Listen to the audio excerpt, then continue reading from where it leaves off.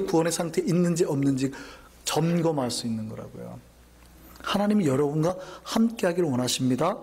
이 시간 여러분 하나님과 함께 하십니까?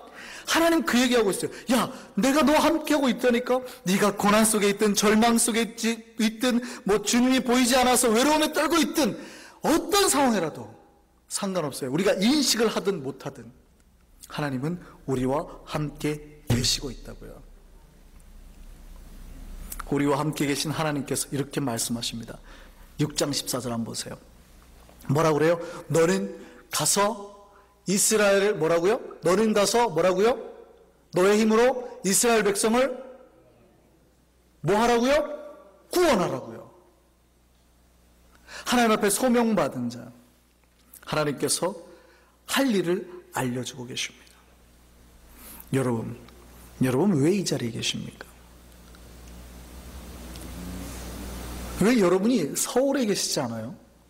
왜 부산에 계시지 않아요?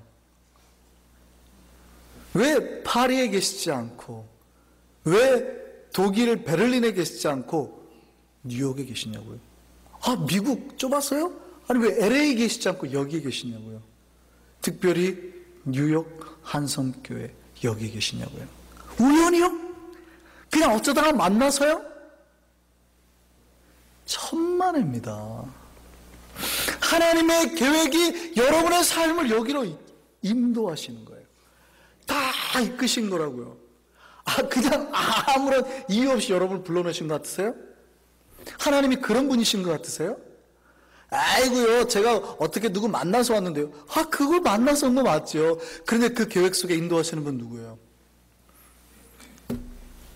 이 교회 위에 하나님이 여러분 보내셨다니까요. 근데 왜 보내셨어요? 왜 하필 뉴욕을 보내셨어요? 뉴욕을 여러분의 손에 맡기기 위함입니다. 왜 하필 우드사이드 한성교회예요? 이 지역을, 우리 교회를 여러분에게 맡기셨다고요. 우리 한성교회를 통해서 뉴욕과 전 지역이 변화되기를 원하시는 겁니다. 하나님께서 여러분 수많은 교회 중에 왜 하필 여기에서 한성교회에서 집사로 세우고 장로로 세우고 여러분을 예배드리는 자로 세우셨나고요? 이곳을 통해서 하실 일이 있기 때문입니다. 그 비전 붙드는 저와 여러분 되기를 바랍니다. 예, 하나님 그래서 우리를 통해서 구원하라고요. 고통 속에 있는 자, 죽어가는 자, 슬픔에 있는 자 건져내고 죄 속에 있는 자 건져내서 하나님 앞에서 행복하고 비전 꿈꾸고 소망 가지고 살게 하라고요. 우리 그거 위해서 부름을 받은 겁니다. 우리는 단지 숨어서 밀타작이라 하는 인생으로 하나님 우리를 부르시지 않았다고요. 나를 통해서 하나님의 놀라운 사랑을 세상에 전하라고 부르시는 겁니다. 우리는 그렇게 알았어요. 마치 기드온처럼 그냥 단지 밀타작이나 하는 인생, 단지 뭐 별거 아닌 청소나 하는 인생, 뭐 웨이트레스나 하는 그런 인생으로 살 줄 알았다고요. 그냥 일만 하면서 사는 인생으로 살 줄 알았다고요. 기드온도 그랬으니까요. 그런데 하나님이 그걸 위해서 부르셨다고요? 그 일이 지금 천하다는 뜻이 아니에요. 그거 포기하라는 뜻 아니에요. 더 큰 비전을 꿈꾸라는 겁니다. 하나님 여러분 꼭 부르신 이유와 소명이 있다니까요. 여러분을 통해서 아름다운 일을 하기 위함이라는 거예요. 여러분을 위해서 거룩한 일을 하기 위함이라는 거예요. 하나님 지금 기드온에게 그 얘기하고 있는 거예요. 기드온은 그냥 밀타작이나 하면서 근근히 살아가면 되는 인생인 줄 알았다고요. 하나님은 우리를 통해 상상하지도 못할 큰 일을 계획하고 계심을 믿으시기 바랍니다.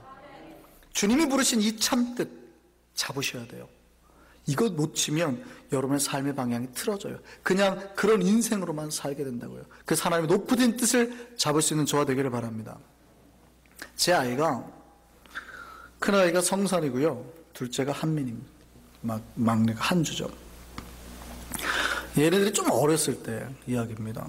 제가 대부분의 이야기들은 뉴욕보다는 한국에 더 오래 살았으니까 한국의 이야기들이 대부분이겠죠. 성산이가 자기의 그 장난감을 되게 아낍니다. 자기의 방도 아껴요. 지금은 정리를 잘 하는데요, 어렸을 땐 정리를 잘 못했어요. 근데 어느 날 저녁에 이제 밥을 먹으려고 아이들을 불렀습니다. 근데 밥상에 앉았는데 아내가 이제 여러 가지 반찬을 가져오고 밥을 가져오고 뭐 그럴 거 아니에요. 세팅을 하고 있는데 먼저 아내가 조미김을 밥상에 놨어요. 기름 바른 김 있죠. 그걸 딱 놨어요. 그러니까 아이들이 막 급하니까 맛을 보려고 자꾸 김을 집어 먹는 거예요. 기름이 묻은 그 기름 을 먹고 있는 거예요.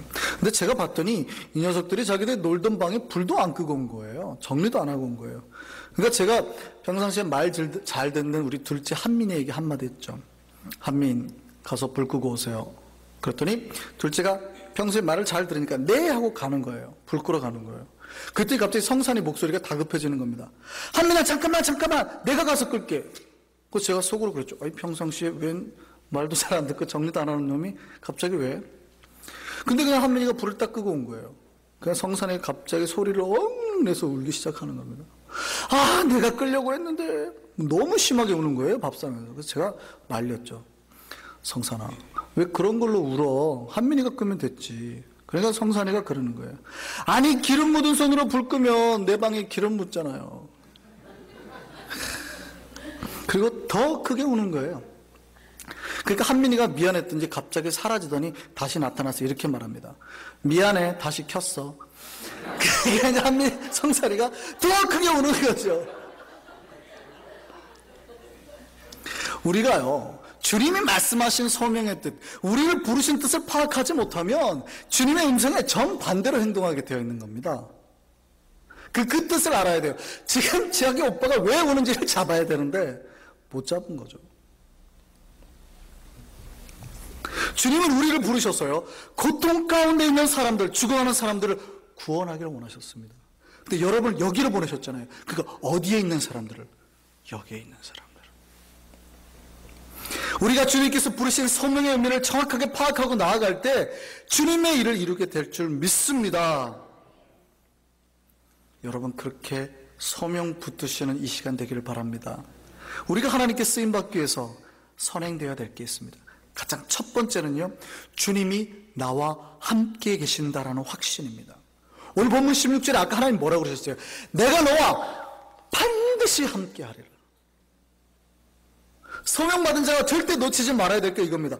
여러분, 세상을 구원하러 보낼 때, 하나님 여러분 보낼 때, 약하고 지친 자들 위로하러 보낼 때, 잘 다녀와, 잘 다녀와, 나는 여기 있을게 라고 하지 않으셨어요.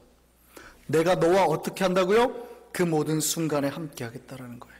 그를 위로하는 말을 할 때, 그들을 붙들고 아무 말 못하고 기도할 때 내가 너와 함께 하겠다. 하나님은 사단과의 싸움에서 우리를 보낼 때 그냥 혼자 보내지 않았어요. 여러분의 사단과의 싸움에서 승리할 수 있는 비결이 뭡니까? 여러분의 힘으로요? 아니요. 주님의 약속 붙들고 가는 겁니다. 무슨 약속이요? 우리와 함께 하신다는 그 약속. 그리고 나와 함께 계신 그 하나님의 능력으로 이기는 겁니다. 두 번째요. 기도원이 무엇을 했습니까? 오늘 본문 19절부터 보면 그 하나님 옆에 나와가지고 기도원이 염소 새끼를 하나를 준비해 가요. 그리고 소쿠리에 국을 담아서 가는 겁니다. 그리고 예물을 드립니다. 이때까지도 잘 몰랐죠. 이분이 지금 자기가 나타난 사람이 잘 누군지 몰랐습니다. 그러니까 음식 드시라고 그렇게 가져간 거예요. 그랬더니 이분이 뭐라고 그래요? 이거를 반석 위에 부으라 그러는 거예요. 부었죠. 부었더니 어떻게 합니까? 지팡이를 딱 대니까 불이 확 일어나는 거예요. 하나님이 이걸 뭘로 받으신 거예요? 예물로 받으신 거예요.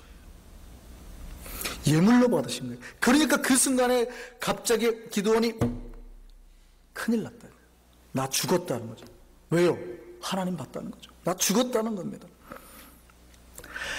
우리가 하나님께 쓰임받기 위해서 첫 번째로 일어나야 될 게 예배의 회복입니다. 주님은 자기가 이 세상을 구원하기 위해서 소명된 자를 보내려고 할 때 그 사람의 가장 기본으로 삼는 게 예배입니다. 왜냐하면 하나님을 제대로 만나지 못하는 사람은 왜곡된 하나님을 전하니까요. 삐뚤어진 하나님을 전하니까요. 그래서 바른 하나님을 만난 사람이 바른 하나님을 전하게 되어 있는 겁니다. 그래서 하나님께서 소명자의 가장 기본으로 예배의 회복을 원하십니다. 그래서 하나님께서 지금 기드온에게 바른 제사와 예배를 요구하고 있는 겁니다. 지금 자기가 누군가 알려주고 계시는 거예요. 이 하나님을 아는 순간 기드온이 어떻게 해요? 아이고 죽었습니다. 하나님 큰일 났습니다. 나 이제 죽었습니다. 하나님을 비웠으니. 그랬더니 여호와의 사자가 뭐라 그래요? 두려워하지 말라. 두려워하지 말라. 네가 죽지 않을 것이야. 두려워하지 마. 내가 너에게 평안을 주마. 그리고 기도원이 거기다 제단을 쌓았죠. 그리고 그 이름을 뭐라고 붙입니까? 여호와 살롬이라고. 하나님을 만나는 자에게 하나님이 뭘 주신다고요? 평강을 주신다고요. 잘 보세요. 지금 기드온의 여러 가지 문제가 해결됐어요? 안 해결됐어요? 미디안 족속이 여전히 침공하고 있죠. 여전히 근심은 있죠. 여전히 걱정은 있죠. 그런데 하나님을 만나는 사람에게는 그런 것들은 똑같을 수 있지만 그의 심령 속에는 뭐가 나와요? 샬롬이 나온다고요. 하나님께서 예배드린 자를 샬롬으로 인도할 줄 믿습니다. 연약하고 고통의 인간이 평강의 하나님 만나게 되는 장면이에요. 그래서 예배드리는 모든 사람은 이 평강의 하나님 만나게 될 줄 믿습니다. 저는 여러분이 예배 때마다 이 평강을 누리시기를 간절히 바랍니다. 우리가 행복이잖아요. 우리 교회 모토가 행복이에요. 그 행복은 여러분 삶의 문제, 경제적 문제가 풍요로워져서가 아닙니다.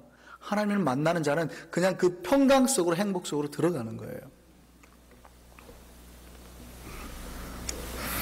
하나님께서 모든 고통과 슬픔 속에 있는 당신의 백성을 위로하고 함께 하시게 될 줄 믿습니다. 드디어 하나님 만나고 예배하게 되는 기드온이요, 구원을 향한 소명의 길을 걷게 됩니다. 기드온이 하나님을 만났고 하나님이 함께 하신다는 것도 들었습니다. 그런데 마음 한편에 아직 확신이 없어요. 좀 필요한 거예요. 진짜 하나님이 나를 부르셨나? 그래서 이때 기도하게 됩니다. 이 놀랍게도요,